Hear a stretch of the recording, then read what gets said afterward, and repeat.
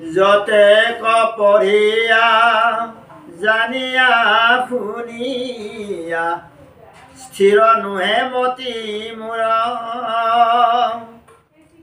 ব্যৰ্থে গৈল জন্ম কৰিছো পৰম পতন পাতক ঘূৰ যিমান পঢ়িছো যিমান শিকিছো যিমান শুনিছো তথাপি মোৰ মন স্থিৰ নহয় মই তাতে ৰখি থাকিব পৰা নাই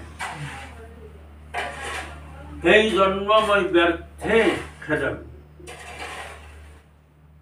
তো ইমান যে পাপ মই কৰিছো পৰম যত্ন কৰিও মই তোমাক ভক্তি কৰিবলৈ এৰি কেৱল পাপ কৰ্মই কৰি থাকিম অকলিত সম্প্ৰতি নভৈল ভকতি নপাইলো সাধু সংগতি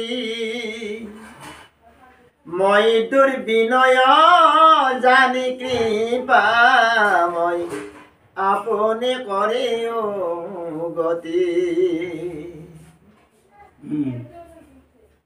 কলিত নাম ধৰ্মই হাত সত্যত ধ্যান আছিল হাজাৰ হাজাৰ বছৰ বনে জংঘলে গছৰ তলত নদীৰ পাৰত বহি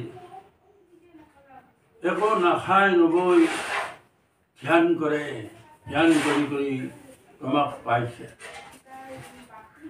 তো ত্ৰেতত নানা ধৰণে যজ্ঞ কৰি কৰি তোমাক পাইছে দ্বাপৰত পূজা কৰি কৰি তোমাক পাইছে কিন্তু কলিৰ দৰে এনে সুন্দৰ যুগ এটা পাইও কলিত জন্মগ্ৰহণ কৰিও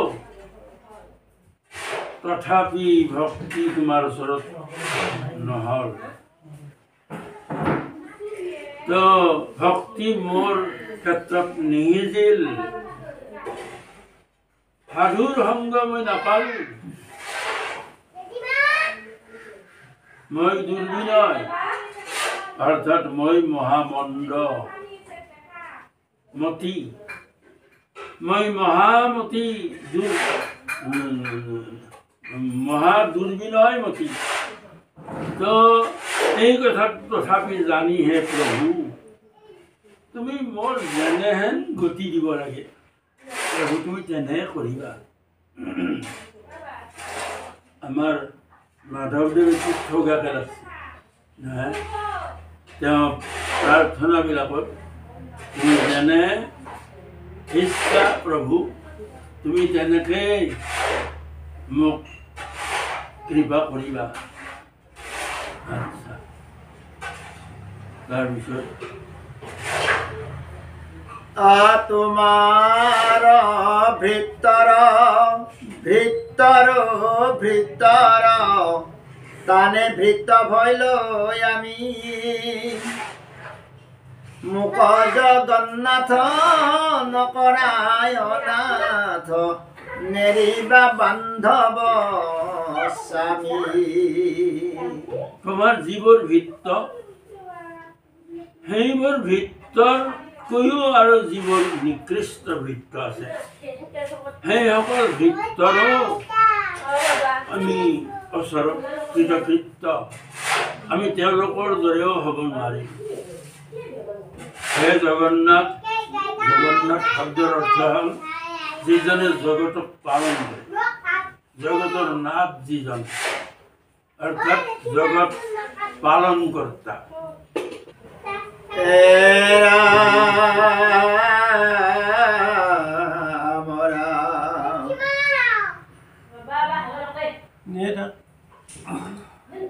নিগদতি সম শুনিও নিমি কথা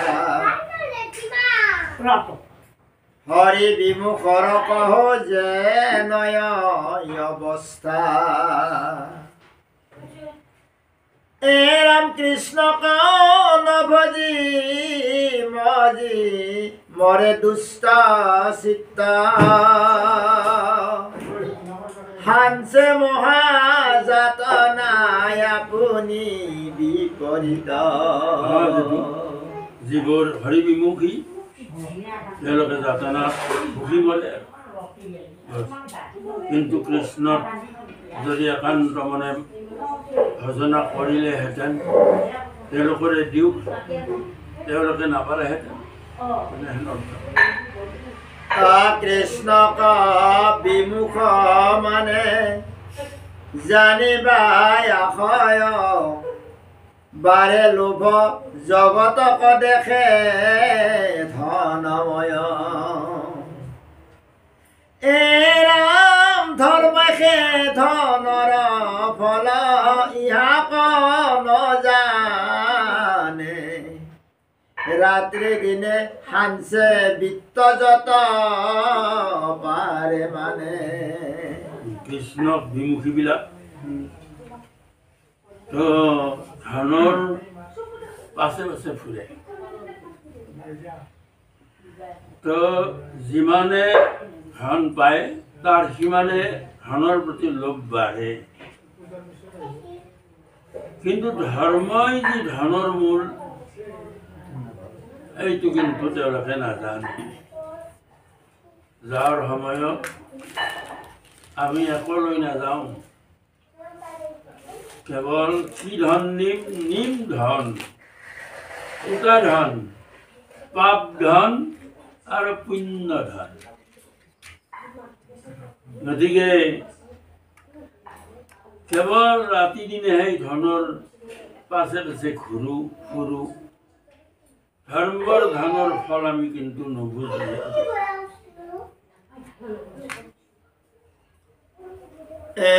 ৰাম নেদে দান দক্ষিণা নাৰাধে মনে হৰি পুত্ৰ ভাৰ্যা হমে মাত্ৰ ভুঞ্জে পেট ভৰি মৃত্যুকু নগনে কিটো ভৈলহত বুদ্ধি সকাম কৰ্মৰ বাবে শুনা যেন বিধি শ্ৰীমধ্য মাংস তেখে আকুলিত মতি ঈশ্বৰৰ আজ্ঞাৰ নুশুনে দুৰ্মতি দান ব্ৰহ্মাৰ ওচৰত মই আৰু কথাটো কৈছোঁ কাৰোবাক কোনোবা পাঠত কৈছোঁ ব্ৰহ্মাৰ ওচৰত দেৱতা দৈত্য আৰু মানুহ গৈছিল উপদেশ ল'বলৈ হে প্ৰভু তুমি আমাক উপদেশ দিবা লাগে তোমাৰ ওচৰত আমি উপদেশ বিচাৰি তেতিয়া ব্ৰহ্মাই হয় নেকি প্ৰথমে দেৱতাক ক'লা যে তোমালোকে দত্ত দৰ্ধন দৈম্যতে মনে নানা বিষয় আগতে নেদেখে মহাভক্তিৰ পথক আচৰে সমস্ত ধৰ্ম কৰিয়া প্ৰবন্ধ শিখৱত তথাপি জ্ঞানৰ নাহি গন্ধ আচ্ছা ইয়াৰ আগত মই যিটো সেই দানৰ কথা ক'লোঁ মনত পৰিছে তো দেৱতাসকলক দ দিলে যে মই তোমালোকক দ দিলোঁ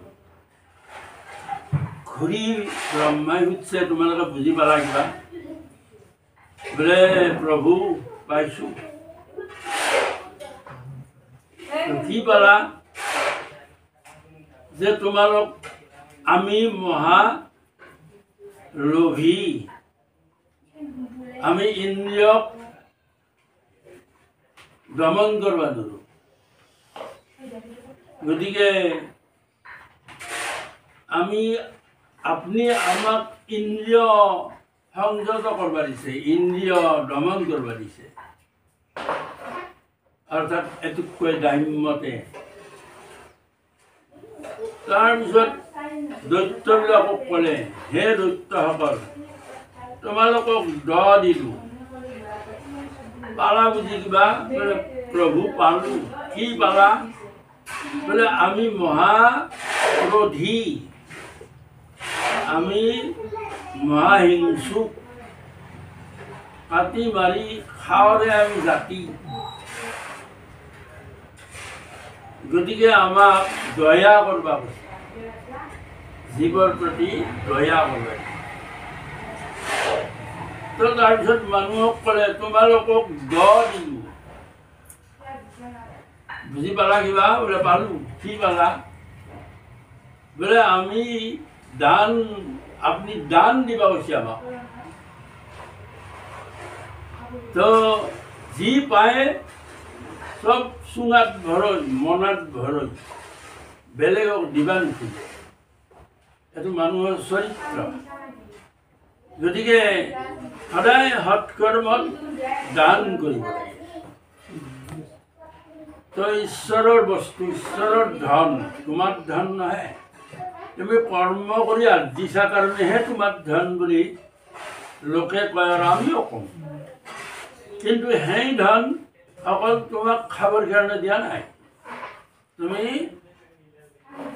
মানুহক তাৰে ভাগ দিব লাগে, সেইটোক দান কয়।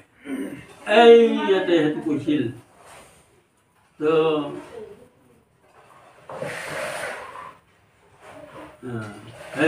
নেদে দান দক্ষিণা, নাৰাধে মনে ধৰি। আচ্ছা দে, তাৰপিছত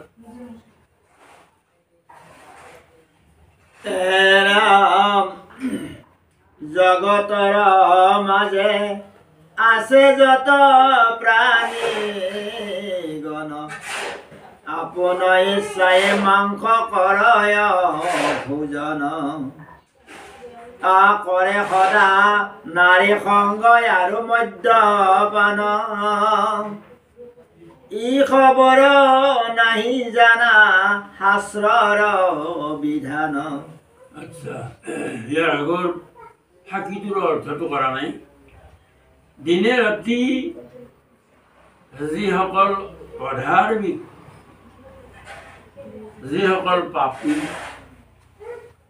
তেওঁলোকে নানা বিষয়ৰ কথাহে চিন্তা কৰে, ঈশ্বৰৰ বিষয়ে চিন্তা নকৰে। ভক্তিৰ শব্দ সম্বন্ধে, ভক্তি সম্বন্ধে তেওঁলোকৰ কোনো জ্ঞান নাই। চব ধৰ্মই তেওঁলোকে পালন কৰে, আচৰণ কৰে, নানা যত্ন কৰি কৰে, কিন্তু তাত তেওঁলোকৰ ঈশ্বৰৰ ভাৱনা নাই, ভক্তিৰ ভাৱনা নাই। তো সেই ভাৱত জ্ঞানৰো তেওঁলোকৰ কোনো গন্ধ নাই। এইটো আগৰ ফাঁকিৰ।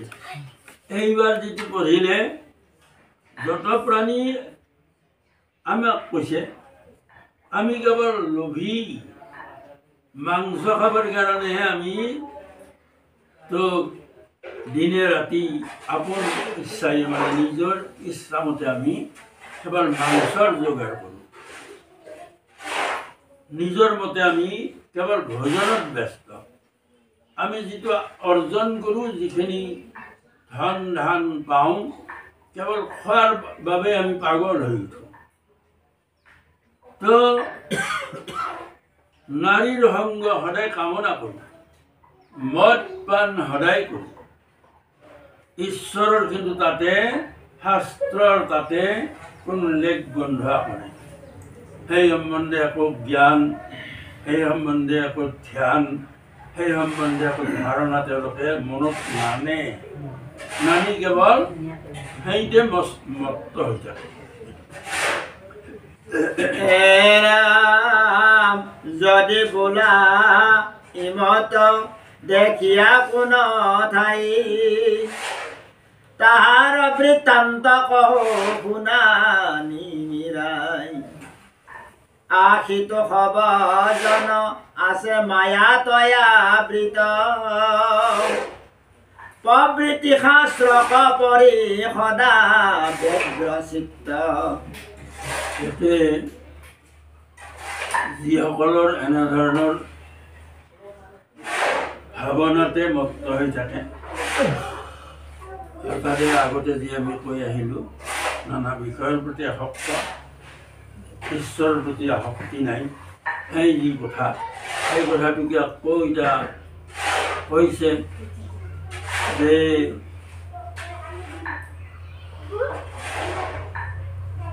হে নিমিৰাই মায়াত থকা কাৰণে যিসকল ক্ষুদ্ৰ মায়াতে আসক্ত, তো সেইসকলে সদায় প্ৰবৃত্তি শাস্ত্ৰক পঢ়ে। দুটা পথ, এটা প্ৰবৃত্তি, এটা নিবৃত্তি। প্ৰবৃত্তি হ'ল আসক্তিৰ পথ, নিবৃত্তি হ'ল ত্যাগৰ পথ। মোক লাগে এইটো মোৰ, এইটো মই খাম, কেৱল মই, সেই ধ্যানটো প্ৰবৃত্তিৰ পথ। আৰু দি তাকো দি অলপ হ'ব দে মোৰ আধা দি, এই যিটো ভাৱনা, এইটো নিবৃত্তিৰ পথ। তো এই দুটাৰ অৰ্থ কৈছোঁ মই, প্ৰবৃত্তি আৰু নিবৃত্তি। সেই প্ৰবৃত্তি শাস্ত্ৰকে সেই পাপীবিলাকে পঢ়ি নিজৰ চিত্ত সন্তুষ্ট কৰে, তেওঁলোকে ভক্তিৰ ব্যৱস্থাটো নলয়। এৰাম সিটো সবজন আছে মায়া তয়াবৃত অপবৃত্তি শাস্ত্ৰক পৰি সদা ব্যগ্ৰ চিত্ত। অতাহম্বাৰু মাজে যাৰ যেন অধিকাৰ সেই মতে কৰিবে তাক ব্যৱহাৰ। এই প্ৰবৃত্তিবোধত থকাবিলাকে মায়াত আবৃত হৈ পেলাই মায়াৰ বান্ধনত তেওঁলোকে এৰি দিব নোখোজে, তেওঁলোকৰ চিত্ত সদায় ব্যগ্ৰ হৈ থাকে। তো প্ৰবৃত্তি শাস্ত্ৰ পঢ়িবৰ কাৰণে, সেই সম্বন্ধে তেওঁলোকক জানিবৰ কাৰণে, তো তাতেহে তেওঁলোকৰ অধিকাৰ বুলি সাব্যস্ত কৰি তেওঁলোকে তাতে ৰখি খচি থাকে। বেদে বোলে খুৰাক কৰিবে মাত্ৰ ঘ্ৰাণ কদাচিত নকৰিবে অমদ্যক পান নমাৰিবে পশুক এৰিবে মাংস আশা দেৱকোয়ো দেখি পশু নকৰিবে হিংসা।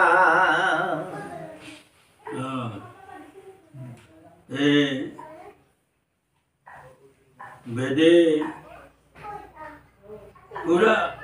সুৰাক অপবিত্ৰ আখ্যা দিছে। বেদৰ মতে সুৰা ঘ্ৰাণ পৰ্যন্ত কৰিব নালাগে, তাৰ ওচৰ চাপিবই নালাগে। কিন্তু সেই পাপীবিলাকে তো বেদে ব্যৱহাৰ কৰিবলৈ দিয়া বুলি কৈছে। অৱশ্যে ইয়াতে প্ৰকাশ কৰিব লাগিবই যে সাগৰ মন্থনত প্ৰথম মদে উঠিছিল। সেই মদ লৈ দৈত্যবিলাকে সিহঁত লোভীয়া মদৰ প্ৰতি, সিহঁতে মানে প্ৰথমে কাঢ়ি নিবৰ কাৰণে উদ্যত হ'ল, আৰু কাঢ়ি নিলেও তাত কিন্তু দেৱতাবিলাকে হস্তক্ষেপ নকৰিল। সেইটো সাগৰ মন্থনৰ ঘটনা। গতিকে আমাক কৈছি সেই সুৰা অৰ্থাৎ মদ ঘ্ৰাণ মাত্ৰ পৰ্যন্ত কৰিব হাক দিছে। আৰু পাছত আছে নমাৰিবে পশুক এৰিবে মাংস আশা দেৱক উদ্দেশ্যি পশু নকৰিব হিংসা। কৈছে যে মাংস প্ৰতি লোভীয়া নহ'ব হাক দিছে। আৰু উল্লেখ কৰিছে যে দেৱতাক উদ্দেশ্য কৰি পেলাইও পশু হত্যা কৰাটো নিষেধ বা বেয়া বুলি কৈছে।